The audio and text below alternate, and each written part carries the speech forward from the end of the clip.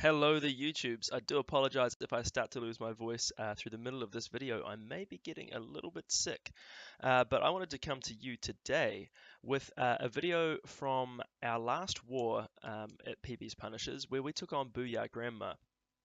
And I wanted to focus on a few hits, in particular with some combinations of bowlers, hogs, and dragons. Uh, Not with all three together, but various combinations of those. And I'm going to finish up with a 10v10 triple. All of these hits happened live on stream, so it was a pretty exciting to watch, and I really had a lot of fun with that. So what we'll do is we'll get into this right now, and here we are. So there it is. We came away 66 to 69. If you look at the percentage there, we ended up 94.8 over 93.36. We just struggled to secure the stars, so we were getting good percentages, but we didn't really manage to deliver up the top. So if we have a look up here, obviously only the 1 stars on 1 and 2 and 5. Um, so it was also me that did not perform at the top, and it was disappointing for sure. But here we go. There's the 10v10 triple. The King of God got tripled by Ken, who honestly is a CWL level attacker. But what I'm going to open with tonight is this attack on 14. And you may recognize that name, Trap Blake, who is a member in IWF. So he's part of War 101 and as well as IT, I think. So what we'll do is we'll dive in on this one here. And let's see this replay. So very first thing I want to look at is the fact that the CC is very, very lurable. And that was recognized immediately. Following that as well, it's incredibly tight compartments. So not a lot of room for big bombs or things that are going to wreck your hogs around that splash damage. So straight away, Blake's coming in. He's got 5 hogs in the CC as well. So 35 hogs.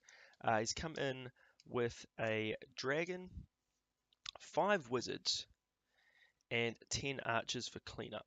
And you can see the poisons and the heals there. So we're going to come straight in, and he's going to draw the CC straight away with an archer, and then pull the CC up to the 9 o'clock corner.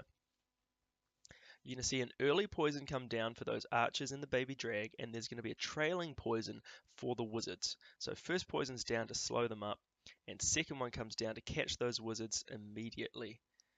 So he's holding them up there, and he's brought a dragon down just to deal with the CC. Throws in a couple of wizards as well.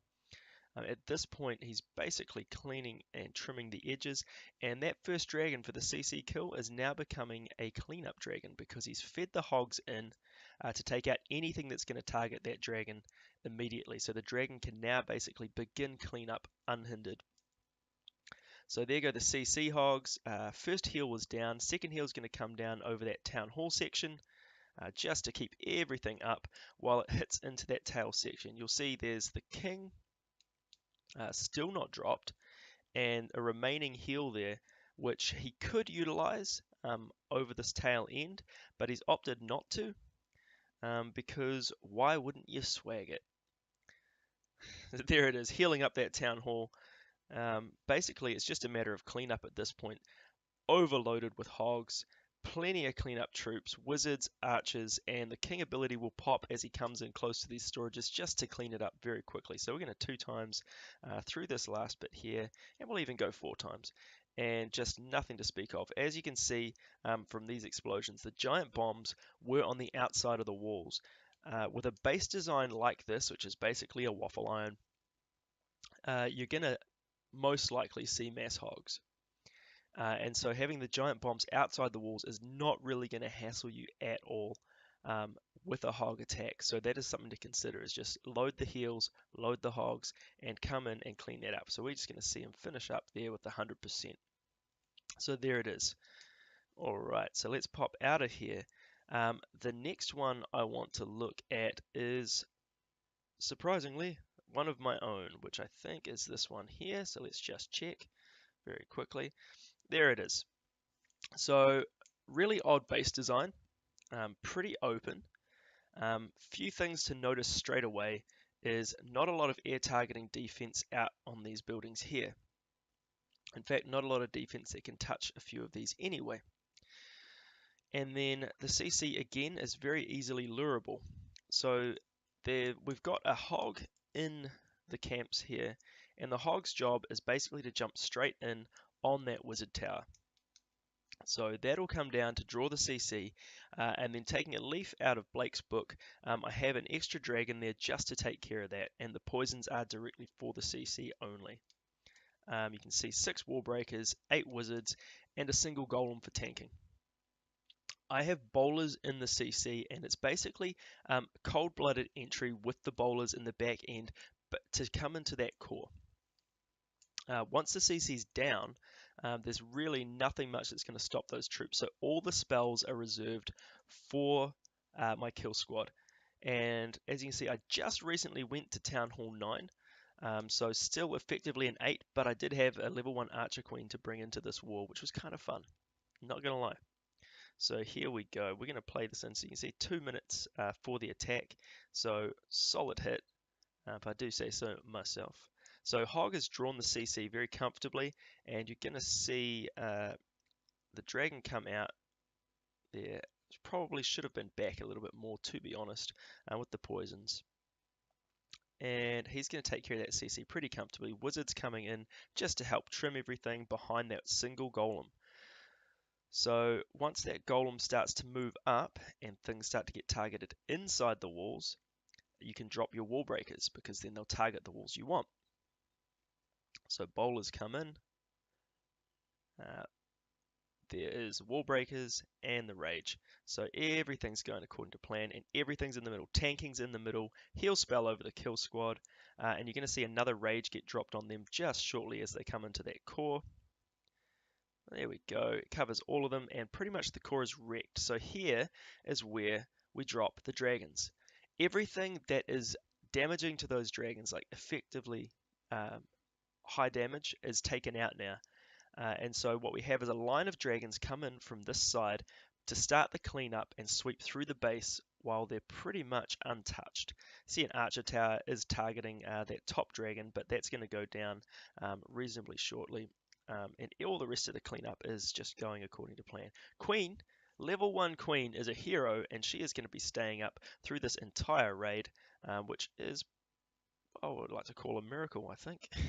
Queen assisting with the Archer Tower kill. And here's a hero goblin down the bottom with nothing targeting him. He's just going to start doing work on everything that collects resources. So we've talked about this a wee bit, but goblins are very much an underrated cleanup troop. And yeah, really good, especially at the end, where some people might bring in an archer. The goblin is going to do double damage on resource buildings, so it's a really quick way, if the point defense is down, to just sweep through a lot of that trash on the outside and clean up. So as you can see, plenty of dragons up, queen's still up, and we still have bowlers and little golemites. So really successful raid there. Came away with the 6-pack. In this war as well. There was another one there, and another one that came away with a 6-pack was Trap Blake, who got another hit, and he came in with the Shattered Hobo on this base and was able to swag as well. For the sake of time, I'm going to move straight on to what everyone's here to see, which is the 10v10 triple. This came at the closing moments of our attacks. As you can see, 40 out of 50 hits. We did have some accounts that we weren't expecting to hit in this war. And they really couldn't have added. They were right down the bottom, and they couldn't have added to this. We just struggled at the top. It was really unfortunate. But Ken came in to close out the war live on stream with an incredible hit. So let's quickly have a look at the base. He did use a good chunk of the time, but there's a lot of real estate to cover, so did a really great job. So as you can see, what we needed to do was secure a 2-star first. Just to maximize at least our chances of coming away with a win at this point. We opted for the 6 to 9 entry, trimming the buildings to the side with bowlers and witches. We then have witches and bowlers come in through the center with that golem for tanking. And basically work through systematically on that base. There's 2 jumps there, 3 rages, and poisons for the CC. So let's We know how it ends, but I just want to really look at this attack for what it is, which was just a thing of beauty to finish that. So minions come down immediately to start the funnel. Behind that, we're going to see witches dropped at both sides with healers and a couple of bowlers each, I believe. So there's 3 witches, 2 healers, and you're going to see same on the opposite side. And as that funnel starts, we've got a couple of bowlers on each side just to help with that trimming. Golem comes in for tanking with a couple of witches and the leftover bowlers behind, and there comes the heroes and the CC. So the jump is in, and the funnel's pretty well created at this point. So bowlers just going to take down those buildings there, and then they'll take the jump. Everything's just trimming away the sides there. CC getting dealt with on the fly, so double poison over the town hall compartment, and heroes just doing work. Queen is still sitting with an ability, there's still a rage, and the jump is down.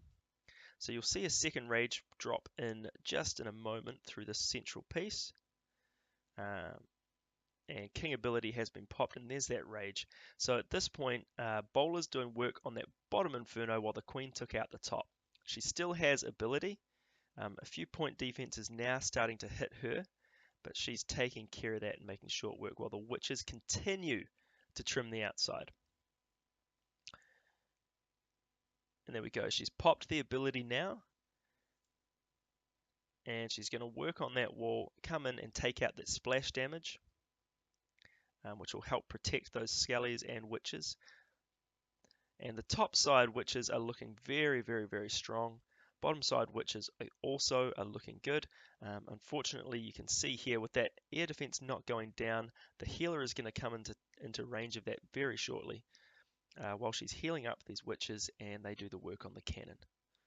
So this starts moving. I'm going to 2 times this now as we start to move through. Plenty of work being done. Skellies work through that wall, and again, we're losing the healers there. But all the work is pretty much done at this point. There's just too many witches, too many skeletons, especially from that top side. And at this point, they're just going to pinch in on that wizard tower, and work is done. So there it is. It is a 10v10 triple to finish the war. Amazing work just identifying the base. We tossed up a few different ideas of how to approach it. But just narrowing out that strip to run down was the better option in the end. There was the idea of hitting 1 Inferno at a time, but the issue with that is that things had a lot of real estate to spread across. So by trimming the sides with the witches, we were able to push through the middle. I say we, but this was all Ken. But able to push through the middle and stay very focused through that. And the Infernos, in the end, being single target Infernos, were no match for the amount of troops that were running in there. So really amazing identification and just picking the attack for the base. Amazing work by Ken, and I think it's 3 or 4 wars in a row where he has come away with 10v10 triples. So really impressive, and despite the fact we didn't come away with the win, really good percentages from the guys and a lot of hard work done. So didn't manage to keep that streak alive, unfortunately, but we've spun again and we start war soon, and really looking forward to hitting that one hard. Until next time, hopefully you've enjoyed this and can maybe take something away as far as some different compositions and identifying your bases. But until next time, have fun and keep clashing.